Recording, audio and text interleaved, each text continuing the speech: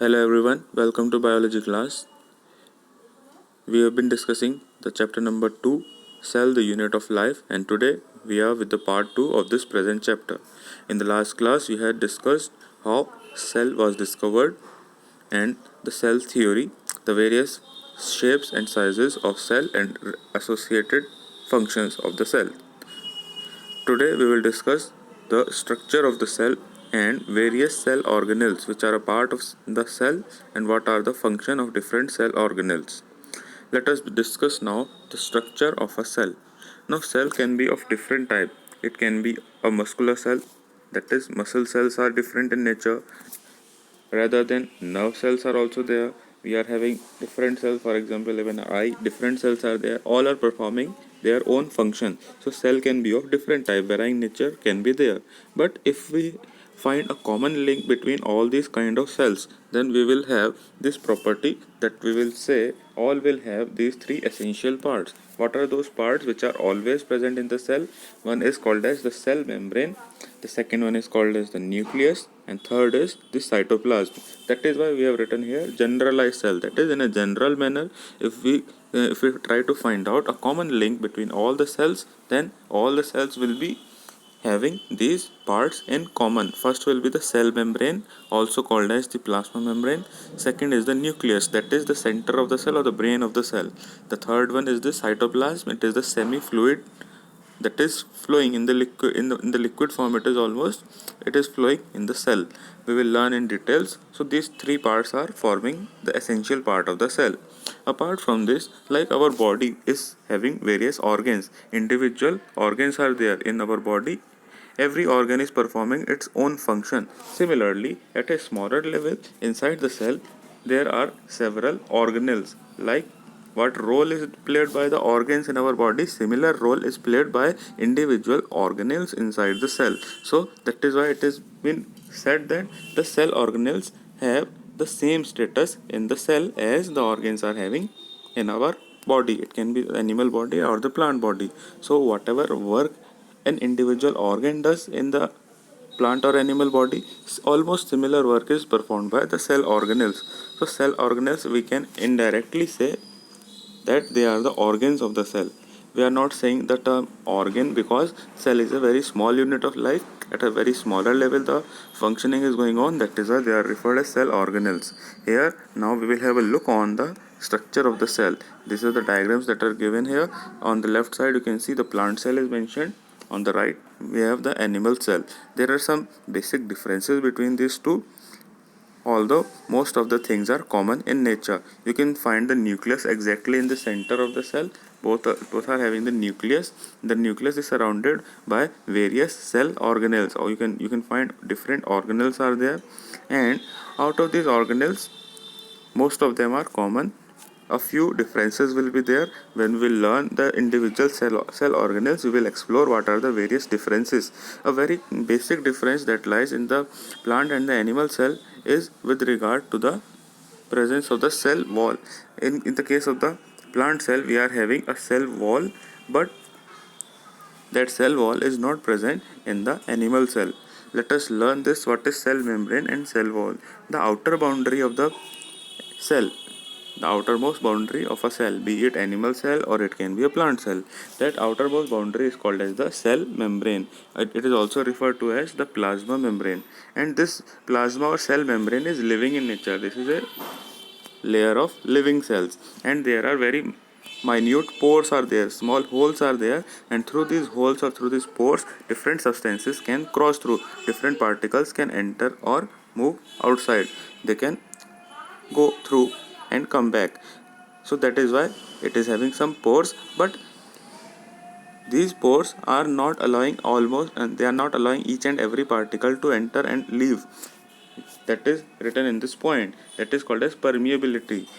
That is selective in nature. The permeability of cell membrane is selective, means all the particles, each and every particle cannot easily cross this cell membrane.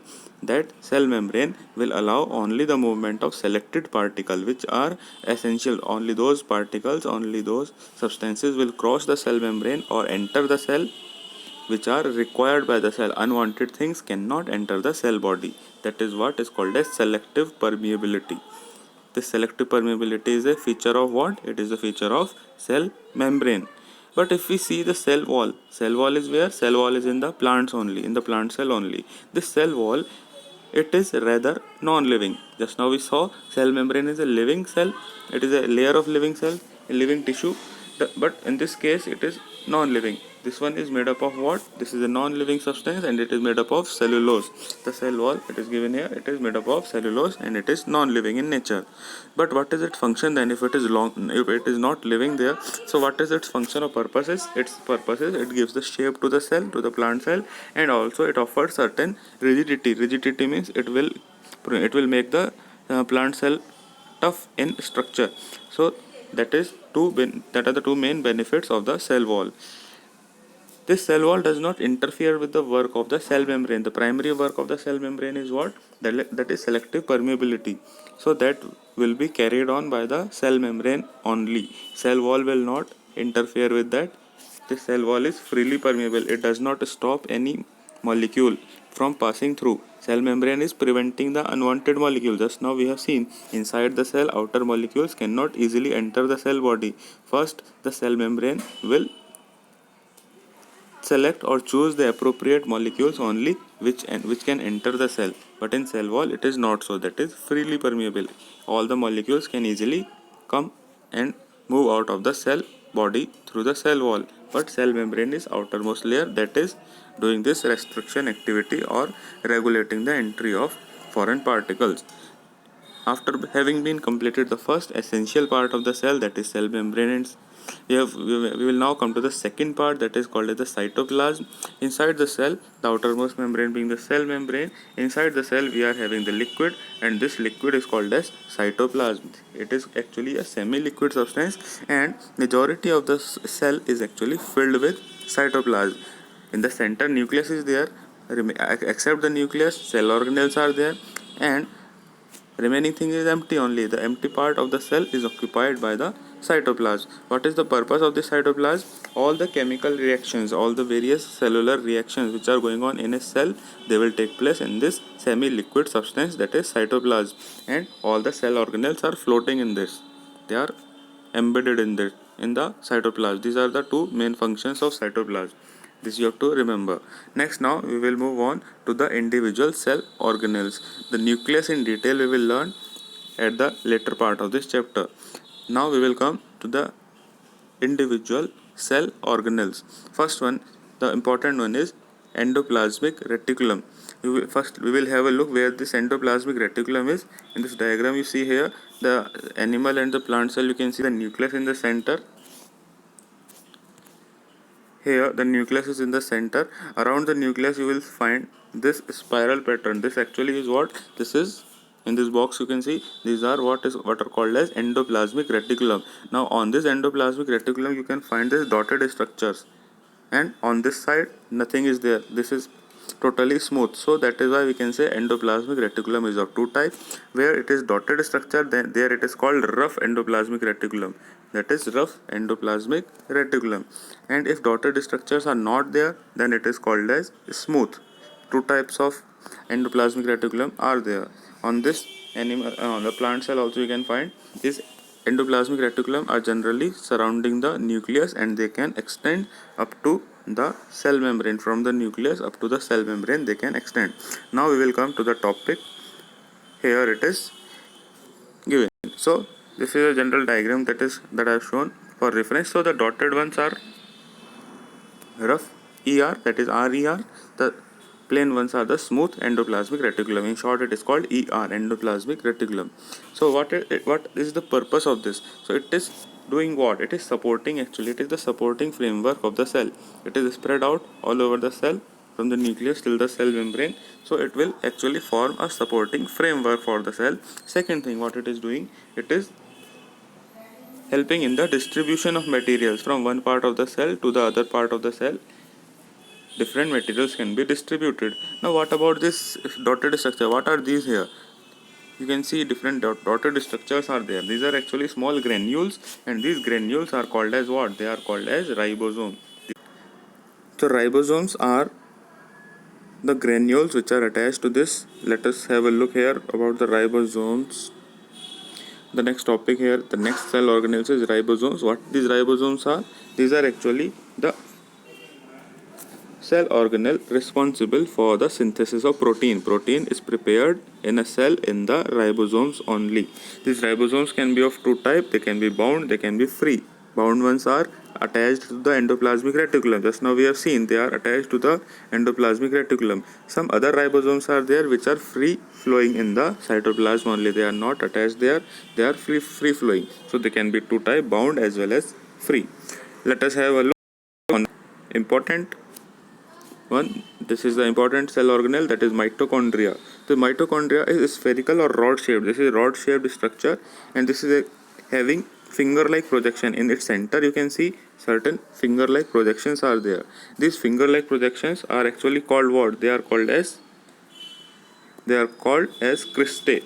The name of this is, they are called cristae.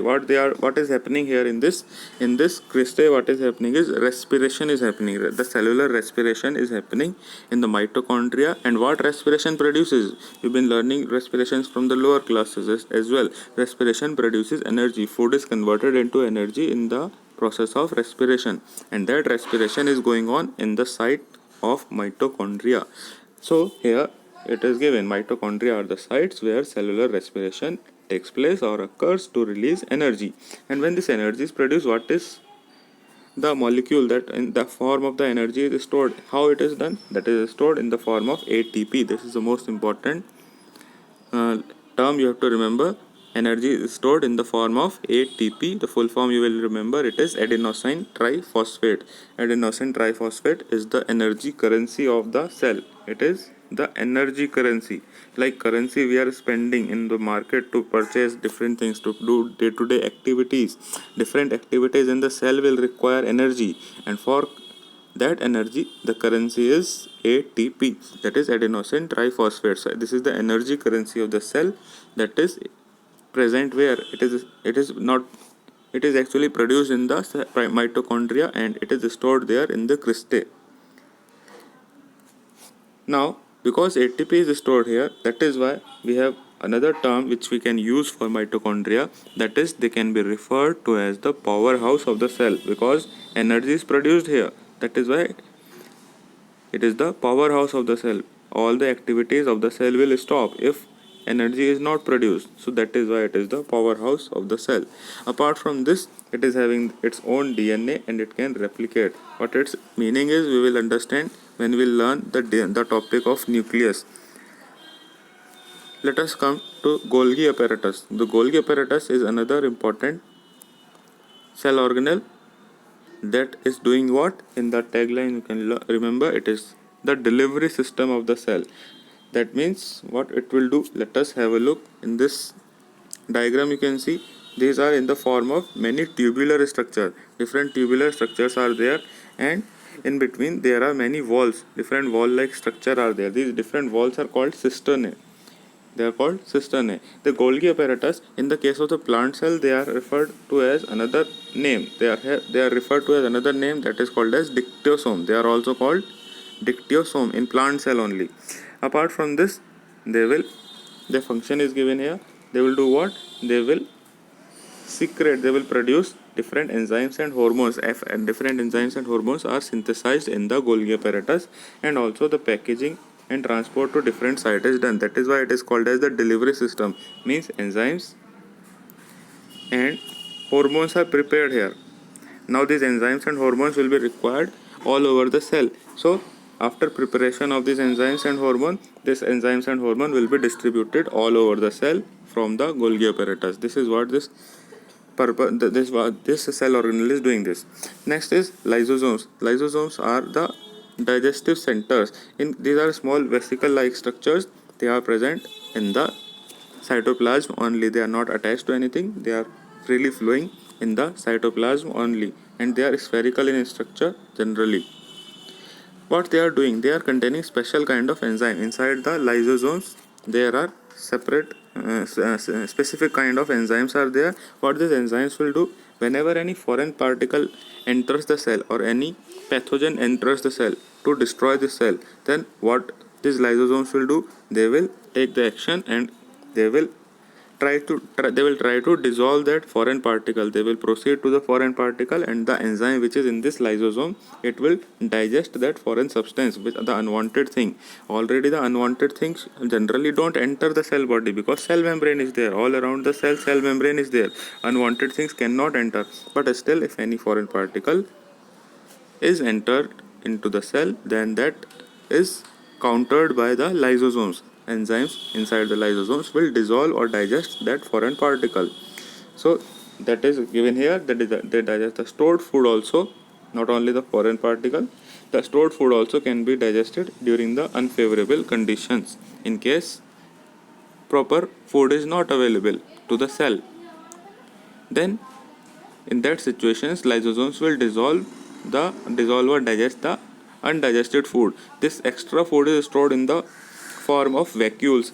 Now only I am telling, we'll learn about vacuoles just now. Vacuoles are present in the cell, and these vacuoles are storing the extra food. The cell is already preparing for the future. In case it is not in case proper food is not available in future, then what it will do in that time, this extra food which is stored in the vacuole, it can be used, and the vacuole can be dissolved upon by the lysosomes. This is only for the emergency situation. If in case food is not available, vacuoles containing extra food, they will be dissolved by the help of lysosomes. Next one, many times what is happening generally, many times the cell itself is damaged. A particular cell can be damaged or torn out, and then we can say that cell has completed its life.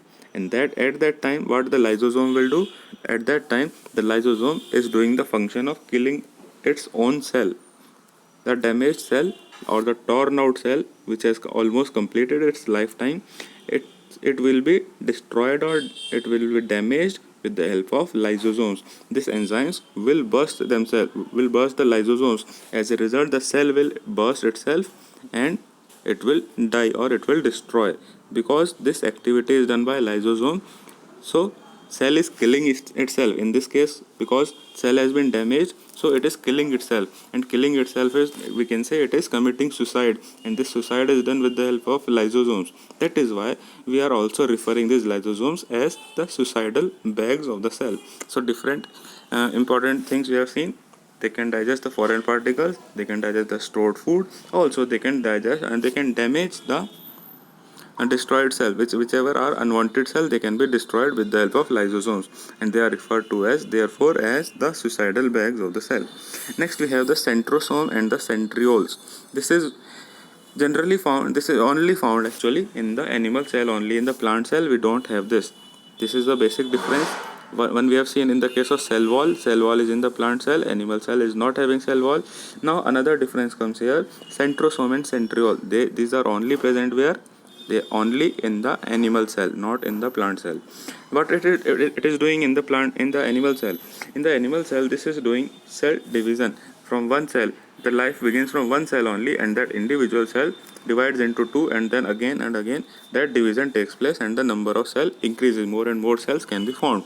So this cell division process is initiated or started by the help of centrosomes and centrioles. So that is the basic function. It helps in the, or it initiates the function, we can write, it initiates the cell division. It initiates or starts the cell division, so that you can note down. Next thing, inside the centrioles we are having this two structure inside the centrosome, in the centrosomes. This is a centrosome. Inside this you can find these two structures, and these are aligned at a right angle to at an angle of 90 degree to each other.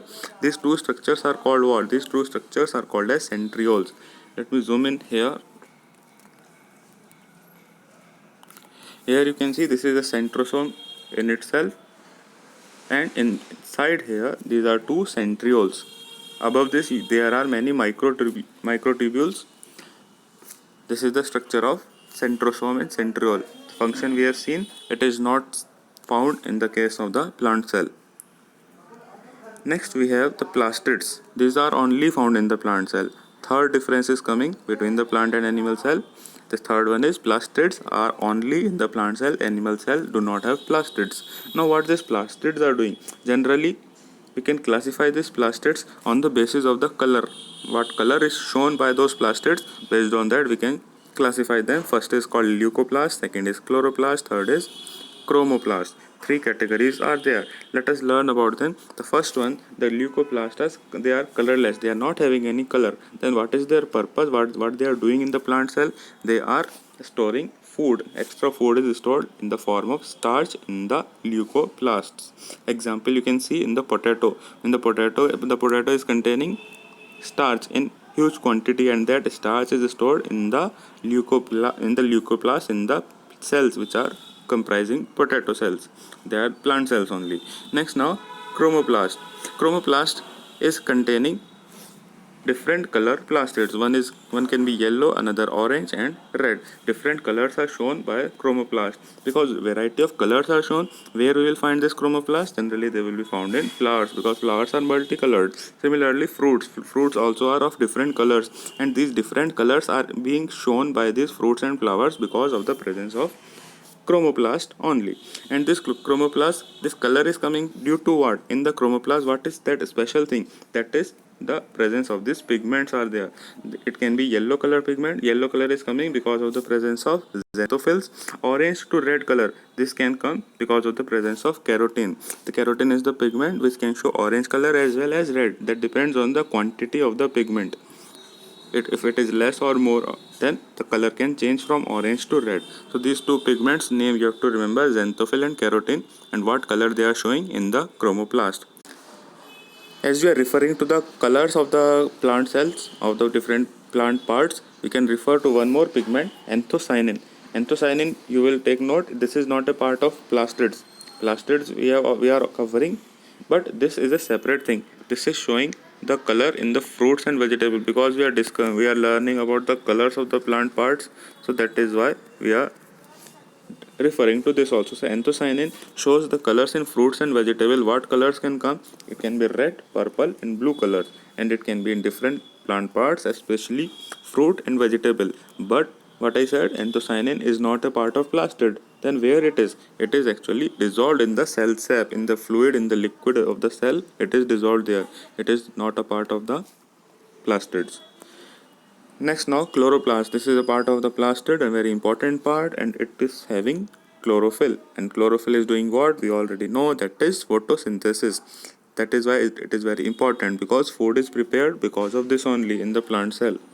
So here we can see they have also other pigments such as orange and yellow inside the chloroplast. Generally they are looking green in color, but it is not that only green pigment is there. Other pigments are also there. They are orange color and yellow color, but they are in less quantity. That is why this green color is shown there. Other pigments are hidden there, and what their function already we know. They will trap the solar energy and photosynthesis can be done. Just like mitochondria, here also I will just you can mark it for now. We will refer to this at the time of discussing the nucleus topic. Chloroplast also have a DNA. So two cell organelles or cell parts we have seen which are having DNA. One we have seen mitochondria is there. First one, mitochondria is there.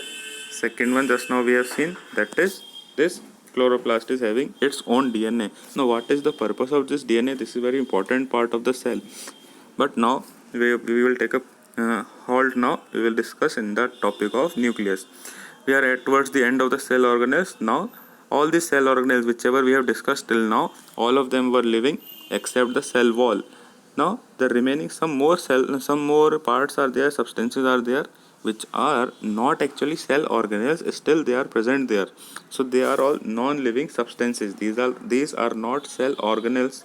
These are only some simple substances that are present in the cell. What are they? They can be granules and vacuoles. Granules are small particles in the cytoplasm. They are simply embedded there or flowing there, and what they are doing, they are containing the food materials like starch, glycogen and fats. Means extra food is stored in the form of small particles called as granules. Apart from this, the second thing is vacuoles. Vacuoles are clear spaces, means they are bigger than the granules, and they can be filled with water. Extra water can be stored, and various substances can be there. Different substances like food can be stored in the vacuoles. Now, there is a basic difference in the vacuoles when we observe the plant and the animal cell. The inside the plant cell, for example, the vacuole will be very much bigger.